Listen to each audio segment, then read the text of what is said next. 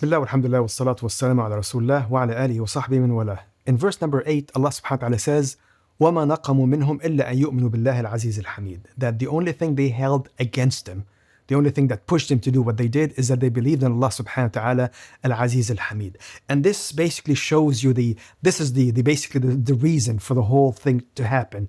You know, one of the most basic rights that Allah subhanahu wa ta'ala has given the human being is the right to choose their path, their belief. And that's what the whole point is about this life is, by the way. I mean, if we had no right to choose, we'll be like angels. And Allah created that already. That's why Allah gave us this right. And that's what the whole life is about, is the ability to choose. That's what Allah subhanahu wa ta'ala says in Surah al-Baqarah, لا إكراها في الدين. There's no compulsion in religion. So this is the most basic right that the person actually has, to choose what they believe in. And in this story, we have the king, a story that repeats itself, basically, that oppressed and killed the people for making their own choices, for choosing something that is different than theirs. And subhanAllah, you find very similar stories today, sadly, actually, across the Muslim world, where if a person has a different opinion, then automatically he's put off, either being imprisoned or being killed, actually, sometimes. But the Quran actually indicates that the story of the oppression of the tyrants, is the same.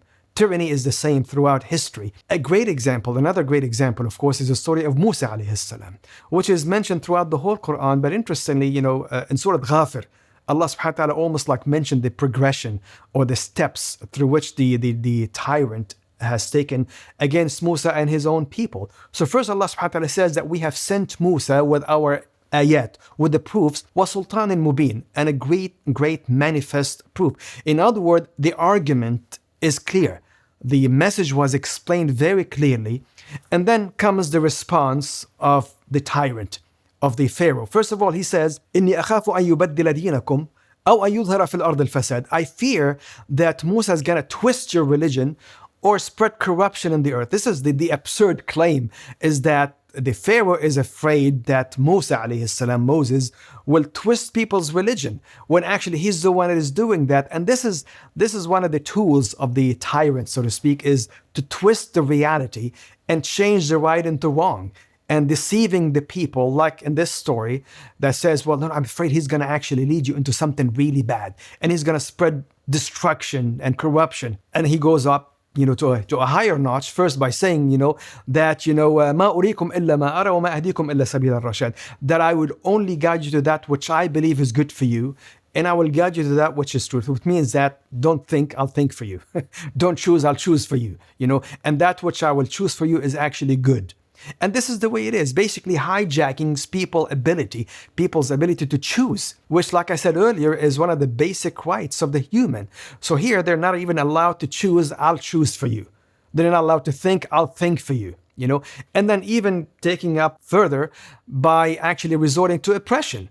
And this is the tool of the bankrupt. If a person has substance, so to speak, or has something legitimate, then they will respond to an idea with an idea, to an argument with an argument. But when the person is bankrupt, no idea, no argument, nothing, then they resort to force, to oppression. So they respond to an ideology, to a belief, to an idea by oppression, by persecution. Like in the story of Musa alayhi salam, and the other story, like for example in the story of Yasin, where Allah says, that we've sent them 3 prophets, and then the prophet says, وَمَا عَلَيْنَا إِلَّا الْبَلَاغُ الْمُبِينَ, that all we do is explain things very clearly.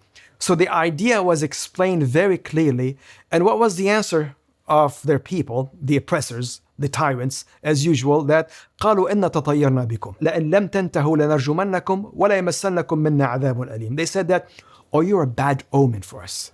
This is the response, And they said that if you do not stop, we will stone you and will subject you to painful punishments. So this is the response. So the response to, al-Balagh al-Mubin, to the clear manifest argument, is by oppression. And again, this is the way of the tyrant, which is clearly mentioned actually in this story. But Allah subhanahu wa ta'ala, of course, everything goes back to him. That's why the people, going back to the story of Musa alayhi salam, they said, فَقْدِ مَا أَنْتَ قَادْ إِنَّمَا تَقْضِي هَذِهِ الْحَيَاةُ الدُّنْيَا, that go and then make any judgment that you want. Decide whatever you want. all you're deciding for is what happens actually in this world. And the story of Ashab al-Ukhdud, Allah mentioned that everything is going back to him. So again, subhanAllah, the way of the tyrant is the same. The bankruptcy and the resort to power in the face of argument. We ask Allah subhanahu wa ta'ala to protect us in this life and the next. Jazakumullah khair, walhamdulillahi rabbil alameen.